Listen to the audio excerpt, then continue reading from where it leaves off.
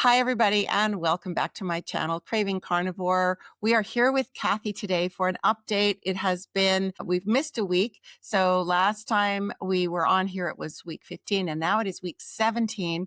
It is just a couple of days before Christmas, and we have a lot of big news, a lot of big things to report, hence the title of this video. Cathy, welcome. Tell me how you're doing. I'm doing well. I'm a little bit sore, but well, so it's been a big fortnight for me. So the reason that we missed last week is because, why don't you tell the audience what happened? So it was when was it? Last Thursday. Got up, did my normal things, working. The kids had stopped school the Friday previously, which I hadn't cognitively realized that was happening. And so I was having a really intense time because I was working. So I was trying to do fun things for the kids in the middle of my meetings because it's their Christmas holidays. So, like one day I was working 8 till 1 and I zoomed them up into town. We did bowling and then I zoomed back and did another meeting at 4. So it was just trying to give them a little bit of fun while we were on Christmas holidays whilst trying to maintain my schedule. And so the same was true on the Thursday, and I'd finished it about 12, and I whipped around to the landscape people and ordered a big barrel of soil to be delivered. So it's just a normal day. And I thought, right, I can take the kids down. We had chiropractor appointments that afternoon. So I thought, right, I can take the kids down. We can take all of my daughter's recycling down so she can get her pocket money. We can go and do a few things in town and then go to the chiropractor appointment. I can take them crazy golfing and then we can come back and have dinner. Anyway, so I worked till 12, went to the landscape place, and then we were driving down into town. And I thought, gosh, I don't feel very well. Like I felt quite nauseous.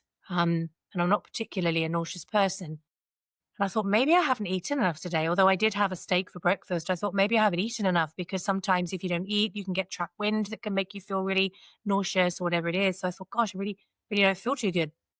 So I thought, okay, before we start doing all of these things, let's go and eat. Let's go and eat something decent. So we went to a local pub, which I know is very good. And I had a lovely steak. The children ate a main meal, which is great. I thought that's one less thing to do tonight. And I had the steak and I came away thinking I still don't feel very well, but I thought maybe that will now enter my system and maybe that's what I need to recalibrate. And then we drove further into town and I was taking them to do the recycling and I was thinking, I do not feel well at all. Like I really felt quite ill. I got to the point where I thought, I need to go home. I need to drive home while I still can because it's a 25-minute drive. So I actually phoned the chiropractor, who are lovely, lovely people, and just said, listen, we've got 3 appointments this afternoon and I hate cancelling, especially 3 appointments. That's quite a lot for a small business. And I said, look, I'm in town at the moment with the kids. I actually have just come over feeling very, very ill. I feel like I need to get home as soon as possible. Is there any chance you could see them earlier? So at least you're only down 1 appointment. There's no way I could have had an adjustment the way I was feeling. So I said, is there any way that you could have the 2 kids in earlier? And they said, yep. So I was like, awesome. So I took them straight there, went in, paid, went back to the car, sat in the aircon, just trying to center myself because I felt it's spiraling. I felt like I was spiraling. Kids went and had their adjustment, came back into the car. And then I was like, I need to drive home as while I can because I really don't feel good. And so with the road that we have down to our town, it's actually notorious for being quite a dangerous road. So it's like a country lane. Like you've got a sheer drop on one side, you've got cliffs on the other side. There's really no safe places to pull over. It's 100 road. We've driven it for years, so we know it's like the back of my hand. I've driven in England where the roads are very narrow, so it doesn't faze me. But there aren't really many places to stop in an emergency safely. And so we were halfway home and I thought, I'm actually going to be sick now. I need to pull over. I've got all my kids in the car. Where can I pull over? And so I was desperately trying to calm my nervous system because I knew I had all the symptoms of I'm going to vomit. And I managed to pull over, put the hazards on. And luckily from when my son had surgery a while ago. We had one of those proper hospital sick bags in the car that I just left in there because I thought that's really handy. I'll leave that in there in case the kids get car sick. So I was like, hand me the bag. So thank God I had something really robust to contain Right. what I had. And I was really, really sick, really, really ill on the side of the road, to the point I came out shaking, and I was quite distressed by the whole experience. And then thought, I need to drive home. I need to drive the rest of the way home, and I need to get home as soon as possible. So when it was safe, I rejoined the road, managed to get home. And then I started just like feeling really sick. And I thought, this is weird because this is not how it would normally go for me. Like with a gallbladder attack, it's not how it would normally go. So I was Mm. chat GBTing it, and could it be this? Could it be that? Because I had had a couple of my kids' Maltesers the day before. So I thought, is that enough to tip me over the edge? I was thinking, oh my God, it wasn't worth it. It was in so much pain. And I did suspect it was the Maltesers at first, but the attack went on for, normally an attack would go for 9 hours and then it would start easing. And can I just, for anybody who hasn't watched the earlier videos, Cathy used to have gallbladder attacks between 1 and 3 times a week, if that's correct. And they were, Yeah. medium to severe. A couple of times almost went to the hospital because of them. And that was happening every week for how many months before you started Carnivore? I'd say at least fortnightly it was getting more intense up to Carnivore because I was obviously getting more and more sick, as you know. I Yes. would say it was at least one a fortnight, really, really bad attack, more and more frequently, Right. which was really impacting my life because I would be awake all night having an attack and then trying to carry on Yeah. with my life the next day. And that had been going on for how many months, would you say, or I years? would I don't say know. I'm 6 not sure. months. I was Okay, having so attacks for 3 years. I was having attacks for okay, 3 years. And yeah, then the 6 months leading up to Carnivore, it was getting more and more intense right. and And then you frequent. started Carnivore. You did not have, and you've been Carnivore now for almost 5 months, 17 weeks. So, Yeah, it's just over 4 months, yeah. just over 4 months.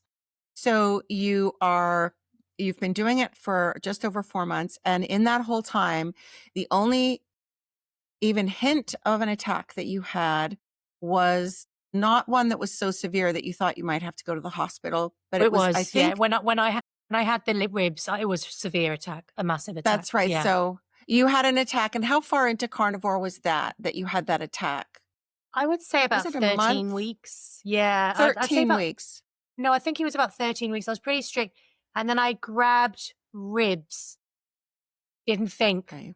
Just I was really Yeah. busy and it was one of those Marinated. package deals. Yeah. And didn't even think it through. Just grabbed it, thought I can fit this in between my meetings. And oh my God, I suffered for it. Like it was a wicked attack that night. And you were wondering why, because I think it was the next day that you had said to your kids, I don't know why that happened to me because you'd been so strict.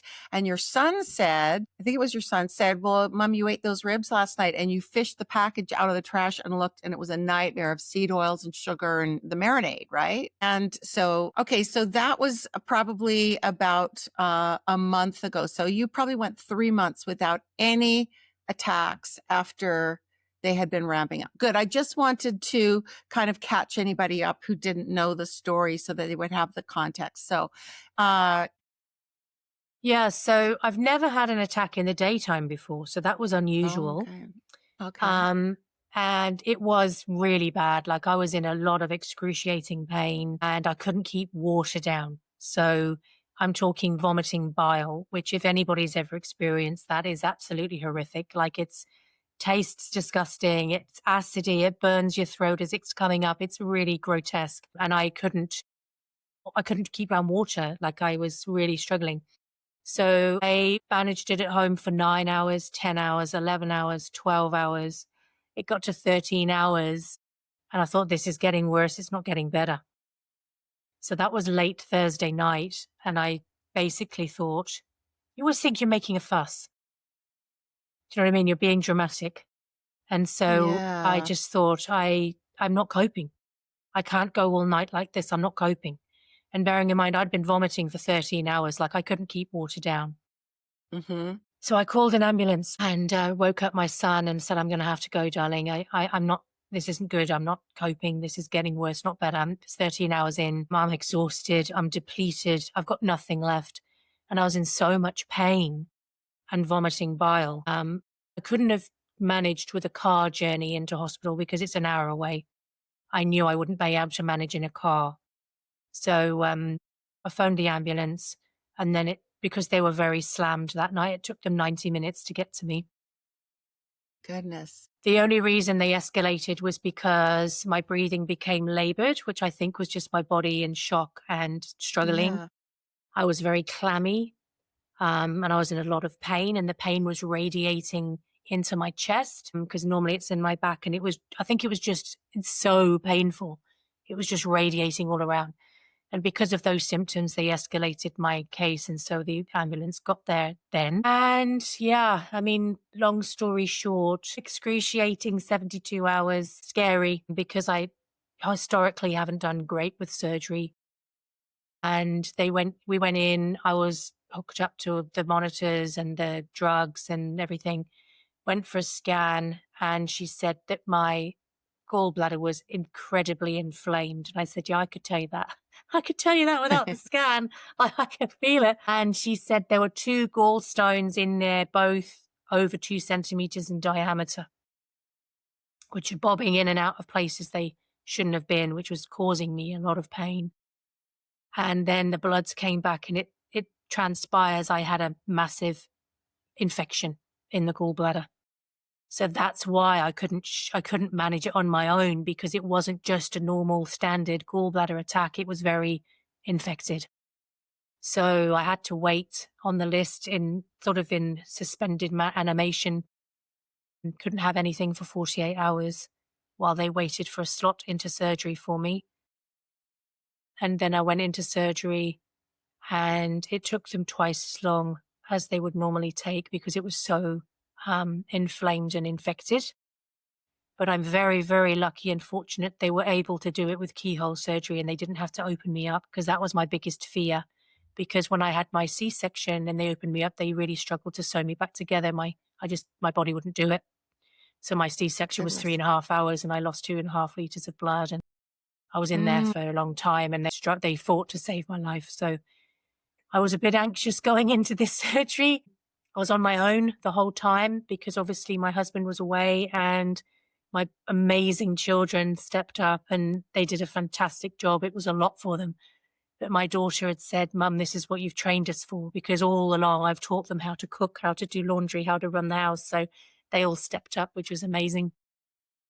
But I was very vulnerable in hospital, very scared, in pain, and the staff were absolutely phenomenal.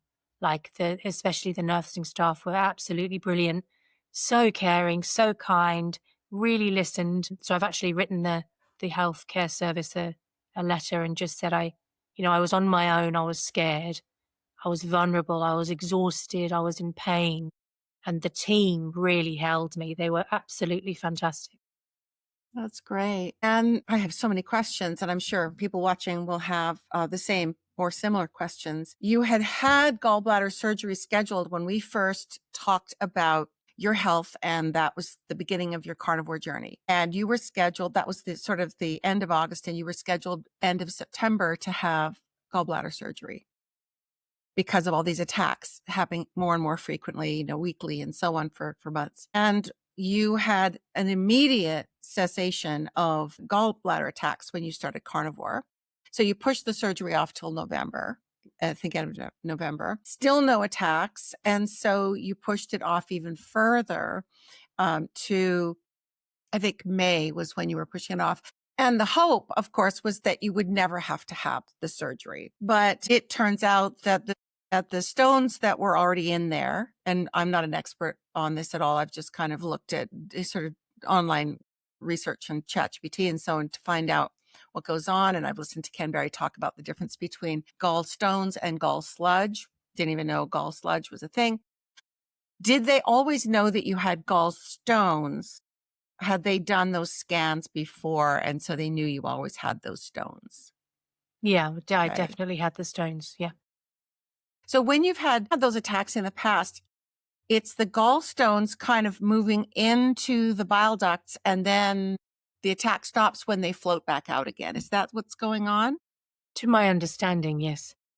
Okay. So what happened this time? It sounds like those stones, or one of the stones, lodged. It didn't float back out. It lodged, which caused the infection. Is that what the assessment is, that of what actually went I don't on? really understand exactly what it was, but I feel I would have had a really good shot at healing my gallbladder had it not Mm, got infected. And I don't know how it got infected, but that was just a right. game changer because it was Yeah. beyond Yeah. hope. I mean, they did offer me, to be honest with you, they did offer me a round of antibiotics and see how it goes. But I was so depleted and desperate and in pain. I said, no, just take it. I don't want it anymore. Yeah. Like when you've been in pain, that much pain for 72 hours and there's Mm, no retrieve and, you're depleted. You have nothing in your system, not even water. yeah. And I just Yeah. said, no, I can't be living like this. So I asked them, I Mm, did consent for them to take it. yeah. Yeah. I'm happy to hear that they offered you the option, though. I mean, that's nice. We don't often hear that kind of sort of checking in with the patient, what they want, and maybe because when people have unpleasant experiences, that's when they get on social media and talk about it.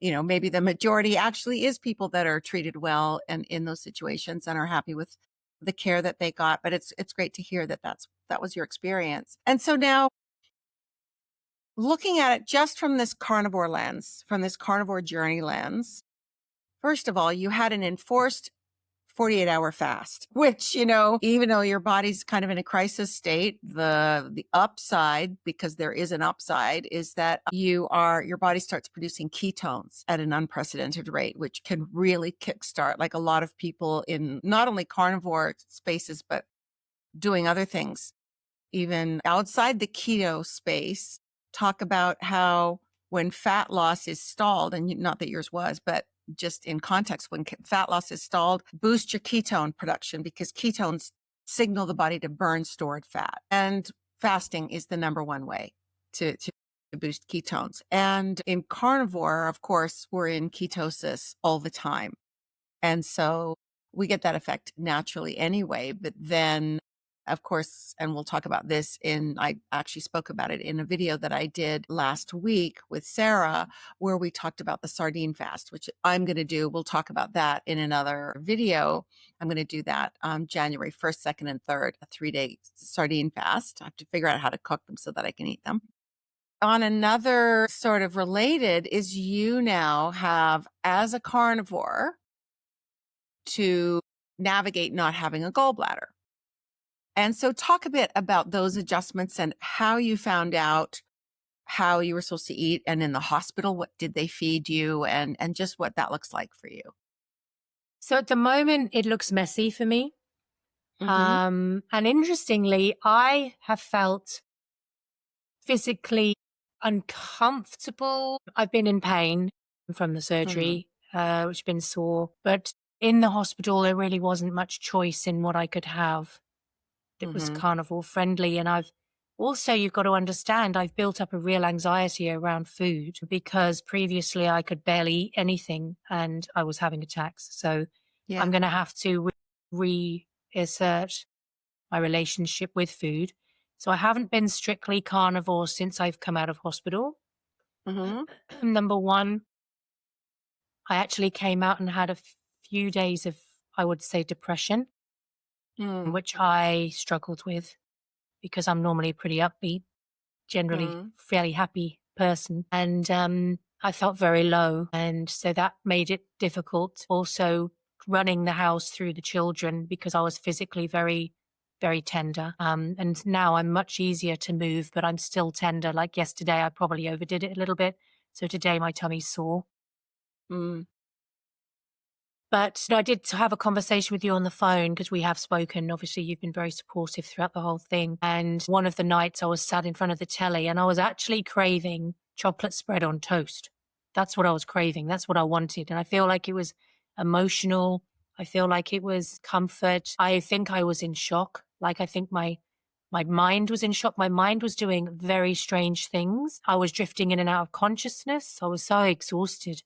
Like from Wednesday to Sunday, I really didn't sleep. So then coming home, I was drifting in and out. I was on heavy pain meds. And so it's been a weird time. But I know that particular night, I was really having that internal battle of, shall I have chocolate spread on toast? What's that going to do to me? Because it's going to be nice to taste, but then it's going to throw my insulin levels out and it's going to. So even in that state, I was still thinking, what's the impact this is going to have on me? I know I want it, but what do I need? What do I need here? And so I actually got up, even though I was feeling pretty rough, and I made myself scrambled eggs with butter. I felt it needed to be creamy. I needed that Yeah.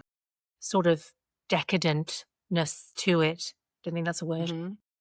And I had the scrambled eggs and I felt better in my tummy. I was happy to receive scrambled eggs and I felt better in myself for having made a better choice.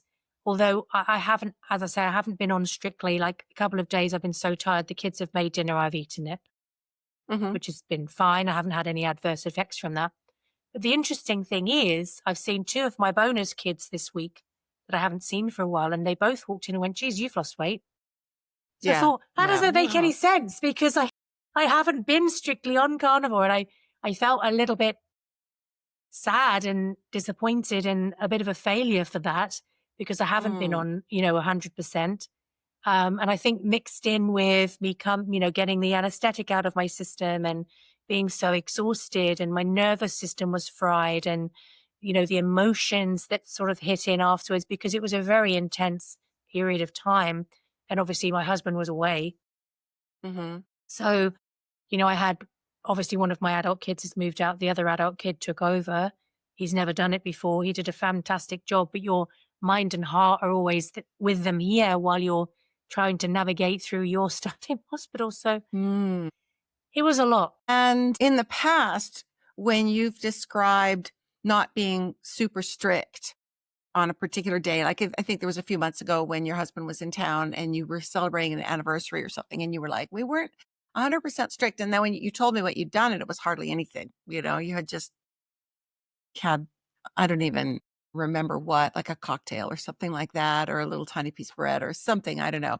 Literally, since coming out of the hospital, what would you say your diet has mainly looked like? I mean, when you say the kids made dinner, so I ate it, is that like spaghetti or like what actually have you been eating? Yeah, That so isn't I've carnivore. had some steaks and I've had some bacon. I've had those things. But there was one night I had a little bit of spaghetti bolognese. I had a very, very small amount of pasta and I focused on the meat. But that would have had a sauce in that I wouldn't normally have had. I was aware of that. And I was okay. But also my body was so depleted. I was just trying to get some strength back as well, And I did have a steak one day and it made me feel sick because I think it was too much, too Maybe heavy. too fatty too. No, I was careful with the fat because that's one thing that I did learn immediately was cut down on the fat because of the gallbladder. Yeah. So my whole system's been out of whack. Yeah. And Christmas Everything. time. Yeah. And Christmas. Now so you've been eating some grains, some plants, a little bit of sugar. It sounds like you're still, because there's two levers in carnivore. There's the lots of animal products and then there's the no plants. And it sounds like you've still been doing lots of animal products. You've still been sort of pulling that carnivore lever of eating lots of like meat and eggs and things like that. But you've eased up on that no plants, no grains, no sugar lever a little bit, just to try to Very get small yourself amount. through. Yeah. I'm not sat eating a bowl full of salad, but there will have been traces in future, tomatoes in the sauce and things like that. So there've been a little bit. But the interesting thing is, like, I felt like my tummy has obviously been very, very swollen because of the surgery. Yeah. So that also, very swollen, especially at the top, like a massive lump. Yeah. And that's been interesting as well to navigate through because you think, is that me? Or is that surgery? Or am I bloated? Or is it swelling? So I think I'm trying my best to just be kind to myself at the moment. Yeah. I have every intention of continuing with carnivore. And Mm. I'd say I'm at about 80% at the moment instead of 100. But I'm Mm-hmm. still like, yes, last night I had steak fatigue. So I'm sort of getting that rhythm back and Mm-hmm. wanting to nourish my body. But it has been interesting because the days where I felt very, very low, and I'm talking about I'm not motivated to do anything. Yeah. I don't want to speak to anybody. I don't want to see anybody.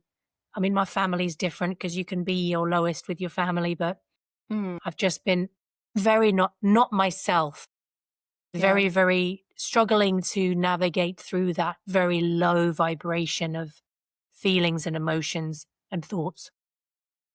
Coming out thinking, what am I doing with my life? It's just have this real sort of whole thing of, and I did look it up and it is very, very common after I've had Post such a shock anesthetic and shock. and Yeah. yeah, post anesthetic and the nervous system's fried and you're exhausted and your body's depleted. And I was like, okay. But one thing I did notice was when I was just kind of eating what was put in front of me and not being super conscious about it, I was hungrier. Yeah, the satiety changes, doesn't it? Yeah. I've It's so really noticed that. interesting. It's really interesting because when you've been carnivore for several months, like you have, like strict carnivore, and then you start to kind of experiment a little bit. And I did a video called The Stages of Carnivore and got quite a lot of comments from people about, I'm in stage this, I'm in stage that, and so on. One of the stages is where you start experimenting and you start to kind of then notice in a brand new way that never before in your life have you noticed, oh, this is how my body reacts to that. It's almost like a valuable stage to go through that because now it gives you direct experience with.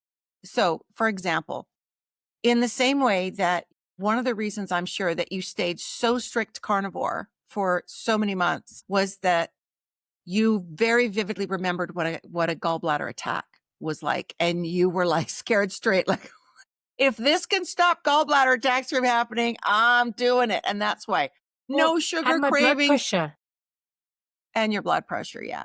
But at least with the blood pressure, there's medication. With the gallbladder attacks, there was no medication. You were just eating and walking this obstacle course of Russian roulette every night as you went to bed. Will I have another gallbladder attack? And so to be free from that was like this visceral reminder and motivation. But then, because I've experienced this myself, then it starts to become your new normal. You start to get really comfortable. And in your case, it was a big disruption because of the emergency surgery and everything. And you did your absolute best to avoid that surgery, but it was not avoidable. And for anybody watching who doesn't know, I mean, I've done the little sort of shallow dive with ChatGPT. I'm sure you've done at least a shallow, if not a deep dive about how to eat after gallbladder surgery. It is still possible to be a carnivore, but it takes time for that transition to happen in the body where you're producing enough bile without a gallbladder to where you can go back to normal levels of eating fat. And so you're supposed to always just make sure that you have enough protein with your fat. You're not going to be eating butter just by itself. You're not going to be like pouring the juice of the steak over the steak because that's rendered fat, and rendered fat is harder for the body to deal with. Whereas that fat that is marbling or it's part of bacon or it's part of like the fat that's on a steak that isn't totally rendered yet. In other words, it's not liquefied. Your body can handle much, much better. And then that gradually increases and over a period of time. I don't know. ChatGPT said a period of time. I don't know if we're talking months, a couple of years. I don't know. You get to the point where you literally can eat just the way anybody with a gallbladder can eat. So then the thing that happens is you have the shock of the surgery, which, by the way, I would love to do an EFT session with you on that. I've tapped with many people and done my own tapping on general anesthetic, which is an important thing to tap on because no matter how grateful we are in our conscious minds that there is such a thing as general anesthetic, we would not want to be awake for what's happening. The body is having a different experience, and it doesn't take a long time to just kind of acknowledge and clear any sort of trauma that's in the body related to that experience. And then just sort of the events of that day. And also, because you mentioned it at some point, I would love to tap with you on that experience that you had with the C-section, because I've also worked with plenty of people who have birth trauma. And I got 5 birth traumas. well, and you know what? They compound. And yeah, I would love to. I would love to, because all of those kinds of stresses that build up in the body at sort of the level of the nervous system are tapping's great for that, because tapping goes in at that sort of vagus nerve level. And those kinds of stresses that exist can also impact your health. And for people that have big kind of recurring cravings and things like that, quite often, if you've had traumas that create that sort of ongoing baseline level of stress in the body, when the kind of honeymoon phase of carnivore ends and eating that way starts to become the new normal, and you forget how uncomfortable you were before, you can start thinking like, it's not so bad to do such and such, or you actually feel the siren call of whatever it is that used to be your guilty pleasure, whether it's alcohol or ice cream or chips on the couch watching TV or whatever. And so EFT can really help there, not just in tapping on the craving itself. Why do you choose that thing to comfort yourself? Because of these happy memories from childhood. But also, why do you need to comfort yourself to start with?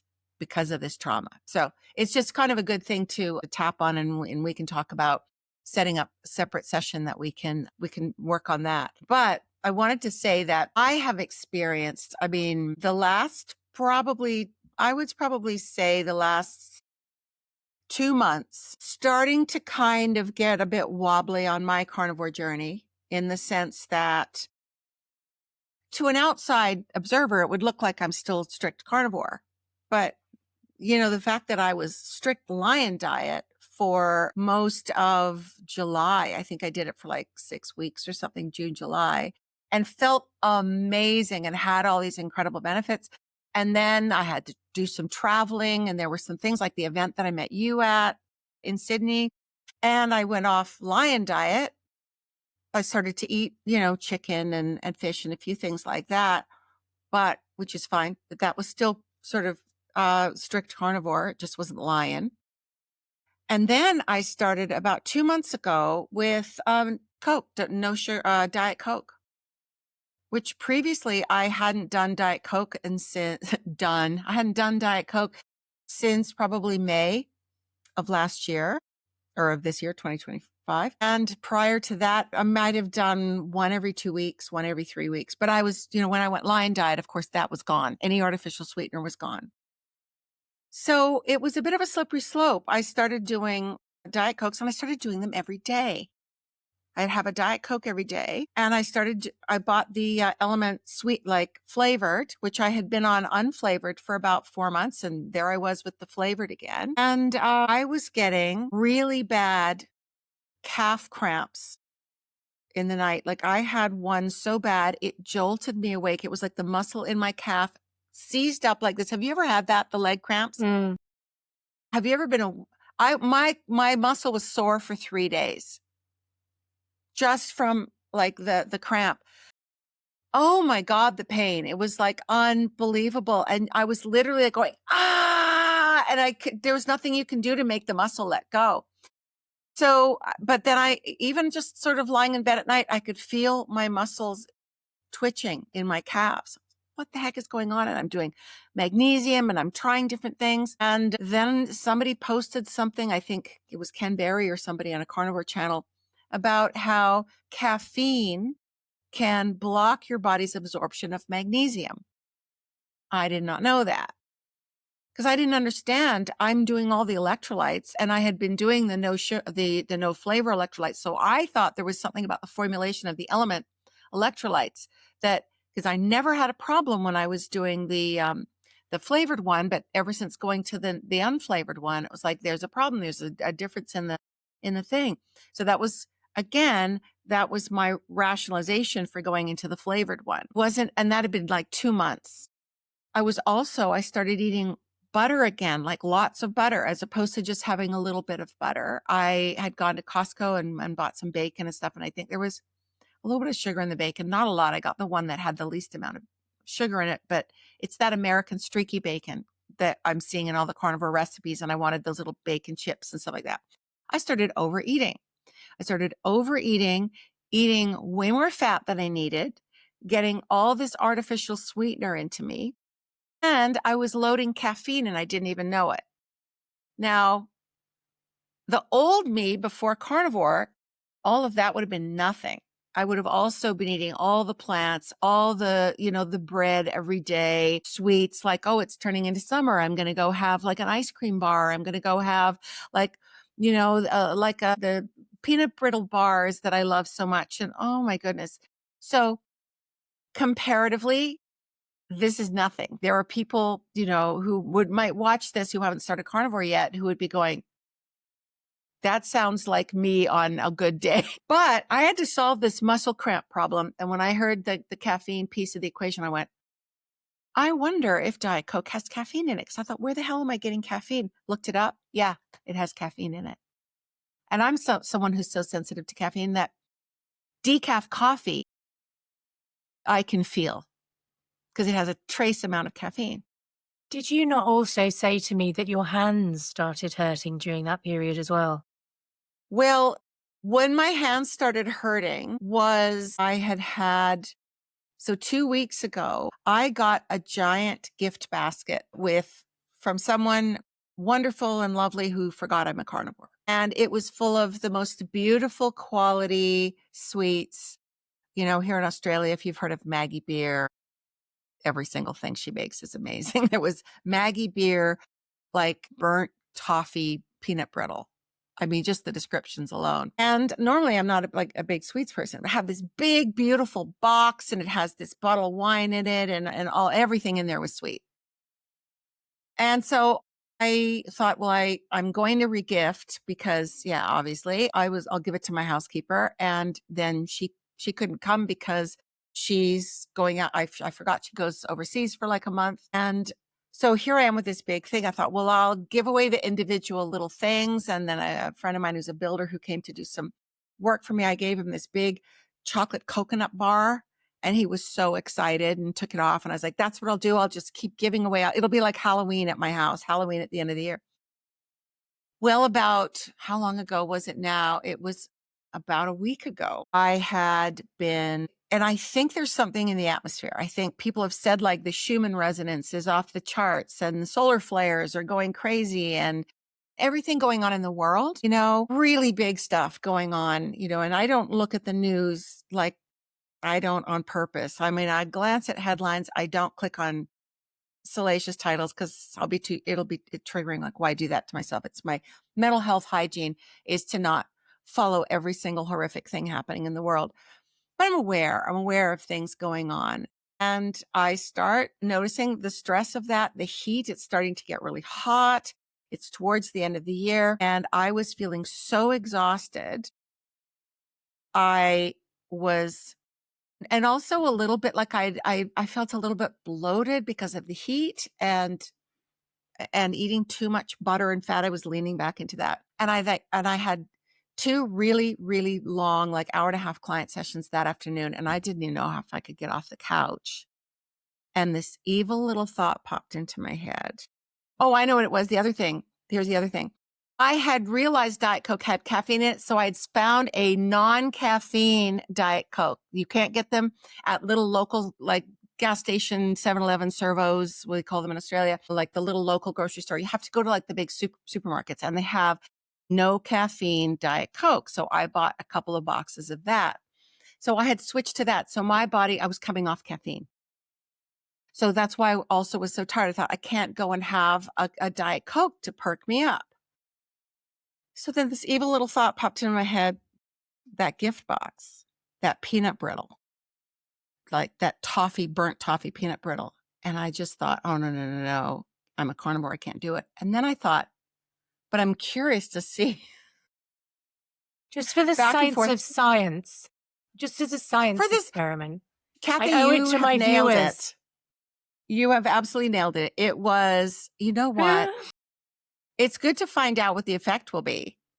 So I went and I had the toffee one, and you open the box and there's like a little bag inside, and the actual volume is like a third of what it looks like, in the box, in those gift bags. You take out the thing. It's like 8 pieces of toffee. Well, might as well eat them all because there's 8 of them only. And then they're out of the way. Then they're gone. Then I won't eat them tomorrow, tuck Finished. them in. Yeah. It worked. My energy went up. I did my client sessions. I felt great. And then I braced myself. I've eaten 2 things that are really bad for my body, sugar and peanuts. Let's see how this goes. I saw a documentary on peanuts that made me never want to eat peanuts again. not in a carnivore context, but in like how they're processed and stored and la la la. So the next day I woke up and it was just like, okay, I don't feel any adverse effects at all. That's surprising. No gut issues, nothing, no digestion issues, no problem. Okay. So same thing that next day, tired. And again, and this time it was like the caramel popcorn. I'm going to, I need to pick me up. I'm going to go have the caramel popcorn. So I go and eat that. Delicious. And then the third day, it was like, well, I've eaten the other 2 things. There's only one sweet thing left, and I have to eat that. And it's the almond or the vanilla crusted cashews. And I'm like, and then they'll be out of the house. So that's 3 days in a row. Over the course of that 3 days, I think it was the end of the second day, I started noticing the pain coming back in my hands, which was my original why of starting carnivore diet, was arthritis pain. By the third day, and for the last several days, up until about middle of yesterday, my hands were cramped, painful claws. And I would do this thing where, because a lot of the pain was here, but it was everywhere, but a lot like where the thumb joint meets my wrist bone, because I don't have any cartilage or anything there. And so I would hold my hand like this so that gravity would sort of pull my thumb down and pull the bone away. And that would give me relief. That's how bad it was. I was walking around like this. And I remembered, oh my God, that is the way I used to be every day for years. That was like, okay, I'm going to write down, because what I've been thinking was, it's about not being able to put my hands flat or put my body weight on my hands, like Pilates, yoga, things like that. I'd forgotten it was the actual pain. You just forget about pain when you don't have it. I haven't had pain for 1.5 years. I've been on carnivore. I've had no pain in my hands. So I'd forgotten about all these little things that I used to have to do to make the pain go away. The other thing that I had forgotten, and it was in the middle of the night on the night 3 after the vanilla cashew, the acid reflux. So when you're describing, TMI information, anybody watching this, when you were describing the vomiting bile and how it's like acid, I had that. It woke me up in the middle of the night, an eruption into my throat of battery acid. I jumped out of bed. Muscle cramps are gone now because I'm not doing caffeine anymore. So note to anybody watching this, if you're having muscle cramps, stop the caffeine so that the magnesium can now work. And I went back to unflavored element and no problem. So it was definitely the caffeine that was the problem. But okay, thing number 2, I had completely forgotten about. This is why we don't eat sugar. It's because of what it does to your acid reflux and everything there. So then I was walking around with this sort of inflammation in my throat that feels like constant. It feels like postnasal drip, but it's not. It's swelling in the back of your throat from reflux and all that kind of stuff. Walking around with that and clearing my throat constantly, that was happening again. But what's cool about this experience, and it's such a good self-teaching moment, is that when I used to experience these things, it had been so long since I had had any relief from it that frog in boiling water, that becomes your new normal. Whereas having had 1.5 years of carnivore, of just being free from arthritis pain, free from acid reflux, free from waking up in the middle of the night with, battery acid in your throat, then to have the experience within 3 days of all of that is back, I was like, it completely sobered me up in terms of recommitment to clean carnivore. And I started again, I think it was Saturday morning. I just woke up and I could not wait to eat cleanly again. It took, or maybe it was Friday morning. It took 24 to 48 hours for my arthritis pain to settle down, which is interesting because that tells me that that's how long it takes for the inflammation to kind of calm down. So, I mean, I've been back being pretty clean. I had a little bit of sourdough bread last night, that same sourdough that I have that a friend makes that doesn't seem to affect me badly at all. So I'll keep doing that. I had a couple of maybe 3 glasses of champagne last night at a Christmas barbecue. But other than that, very clean carnivore. I know that I will have a little bit of champagne on Christmas with my friends and maybe even Boxing Day. I don't know. Probably 6 glasses of champagne over the whole Christmas season might be a lot for some people, but I used to have champagne every day for like 5 days, all day long before I was carnivore. You start like, oh, wait, it's only 11 a.m. Yeah, but put some orange juice in it. It's Christmas o'clock, just because in Australia, for those of you watching this anywhere else, it's in the middle of summer. It's Christmas. So eating prawns and eating, sort of chilled things and having sparkly, chill, cool drinks as opposed to hot chocolate and stuff like that is kind of an Australian thing. So I cannot wait. And I don't feel any self-recrimination, and nor should you, and nor should anybody watching, because we learn from these experiences. And the more we learn, we keep choosing to be carnivore every day, not because of some abstract concept of trying to be good or a fear of, doing something to our bodies or gaining weight, but from a direct, visceral understanding of cause and effect. If I eat this bit of sugar right now, I am going to remember that I have to hold my hands like this so that the pressure comes off my thumbs because the pain is so bad. That is going to make anything sweet less appealing. Right there. Whereas when it's like, oh, but I'll gain weight. Oh, but I won't be such a strict carnivore anymore. I'll fall off the wagon. No, that's all conceptual stuff. That can't compete with that beautiful sweet thing that's sitting there. But the thought of having hands that don't function properly, that just hurt all the time. Yeah, nah, I don't think I'll have that peanut brittle. It just feels like, I'll have a steak instead. So my plan is to do lion again, because I do remember clearly how good I felt, and I'm really looking forward to feeling that good again. I want to wean myself off the artificial sweeteners, because even the no caffeine Coke, it's still artificial sweetener. And Anthony Chafee was talking yesterday in a video about how artificial sweeteners, there is some evidence. I think the evidence is still it's not conclusive yet, but it's enough for me to kind of be willing. Artificial sweeteners can raise your insulin. And I don't want that. I don't want insulin levels to go up because of something stupid like artificial sweeteners. When I was easily able to have no sweet, it takes 3 days. It takes 3 days of feeling sorry for yourself when you take the sweetness out of your life. And then you forget about it and you don't care, and your brain sort of rewires and it's not even a thing anymore. I mean, it might take longer if someone's got an addiction to sweet, but I never did. So I want to get the artificial sweeteners out of my life. The caffeine is gone. I want to go lion diet for about 6 weeks just to kind of do a big reset. I'll kick off with a sardine fast because I want to boost those ketones.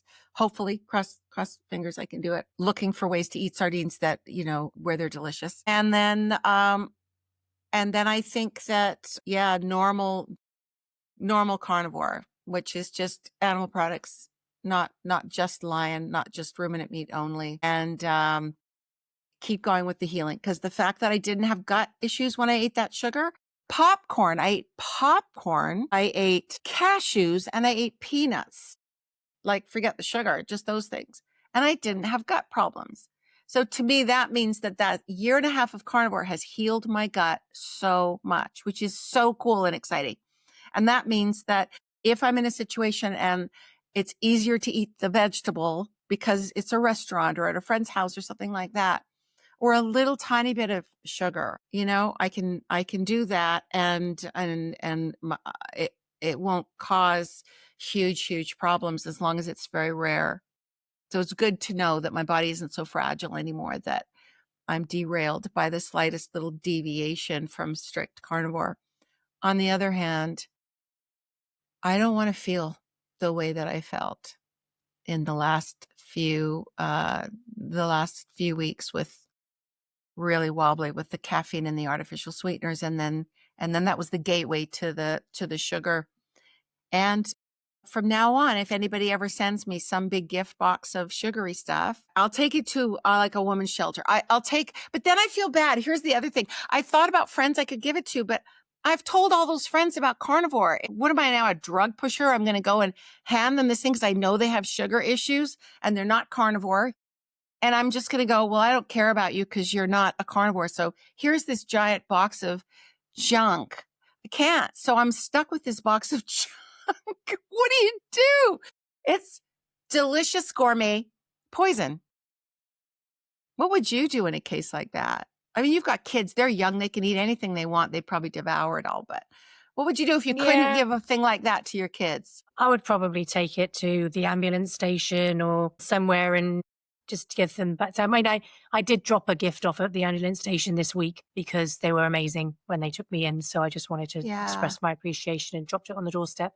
And look, everybody lives their lives by how they want to live them. People eat sugar. It's a fact, and I'm happy to honor that and respect that. And I suppose I was always like that as a vegetarian, though. I wasn't judgmental of people who weren't vegetarians.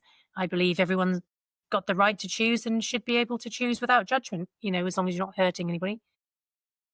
But I think I would just donate it somewhere and would give with love, because for somebody that would be a wonderful treat that they wouldn't necessarily have. It just spread the joy, spread the love, and everyone gets to choose.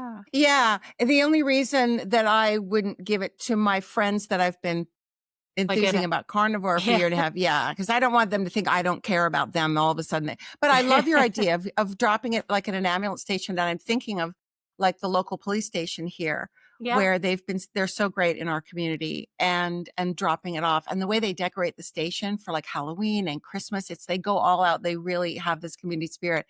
That would have been a really good idea, is to so future Naomi will be doing that. We'll be dropping these gift boxes. Please don't anybody send me a gift box full of sweets. But if it happens, and I know it comes from the heart, but it will get paid forward, definitely. And I think, with first responders, it's lovely to have the recognition and the support, because they are unsung heroes. I mean, they run toward the danger. They're there for you in your most vulnerable hours, and they don't get paid a fortune. So I think it's a lovely gesture to just say, hey, we see you and we appreciate you. That's a great idea. I love that. Thank you for that. So as Christmas comes up, we're a couple of days before Christmas. So the next time we speak, it will be after Christmas, between Christmas and New Year's, I think, hopefully. And hopefully you'll be even more healed and feeling even better and no more soreness. Yeah. Do you have anything else to add to our viewers before we sign off for? I feel everybody's going through something. And however you navigate your path, whether you're 100% carnivore, 80% carnivore, just do the best that you can for you in the circumstances that you're in, because we do hold ourselves to very high standards, and then we can feel sort of depleted and sad and all of the things if it doesn't quite fit our expectation or vision of what it should look like. But I feel like if you're showing up every day, and just like I did with the toast, I paused. I just paused and said, okay, this is what I'm wanting. This is what I'm craving, because I've just been through trauma for sure. What would be nourishing for me right now? Like, what would be supportive of me? And it might be having the dark chocolate that you've got in front of you. That might be the one thing that in that moment. I don't know, because I can't answer for you. But, just focus on supporting yourself, whatever that looks like, and nobody else gets to comment on it. I think that's really important. And as you said, it's more than the old way of thinking. It is more of a complex way of, what is this going to do to my body? Is this going to be worth doing that to my body? How is my body going to respond to that? And as I said, when I have eaten the few meals that have very generously been cooked for me, that haven't been exactly what I would have chosen, my body has been hungry. Yeah, and So that's been a good observation. you're learning as you experience these different things, and that's experience is the best teacher and the best motivator. I think I would have preferred to have chosen the experimentation. I Hmm. think I feel because of the situation unfolding as it did so violently, I feel like I didn't have a choice in it. I think if I'd have experimented through intention, I think that I would have felt more positive about it. But I'm learning to dance with it and observe and lean in with curiosity and just be kind. My throat, as you can hear, hasn't been right since the breathing tube. And I got terrible Yeah. ulcer at the back of my throat from the breathing tube. So Mm. it's been an interesting journey, but I don't know why my throat's been like this the last few days. Well, it really brings to mind one of the main shifts from carnivore. And I mentioned this in an earlier video we did a few weeks back, where I used to be unhappy with my body, and then I realized my body was unhappy with me. I now feel that more than ever, that I have this relationship with my body where my body has kind of a will of its own in terms of it knows now what it wants, because I've given it what it wants for a year and a half. And so now when I give it something it doesn't want, my body knows how to tell me it doesn't want that. But I've also noticed that my body doesn't mind certain things I used to think it would really mind. And so I'm just kind of going, okay, thanks for telling me. And it's no longer all about me, me, me, me. It's my body and me. So Mm. it's not about whether I feel guilty for eating something. That's not a thing anymore. It's about eating it and then going, hi, body.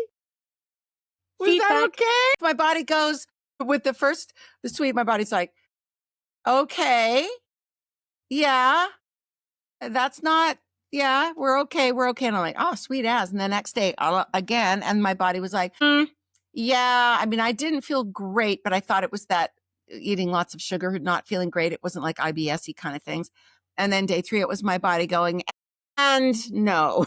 Yeah. And scene. Like, Scene. behave. And then okay, I need to get more vigilant, because now I've experimented and right. I don't want to feel a certain way. I don't want my body to feel a certain way. And my body's going, thank you.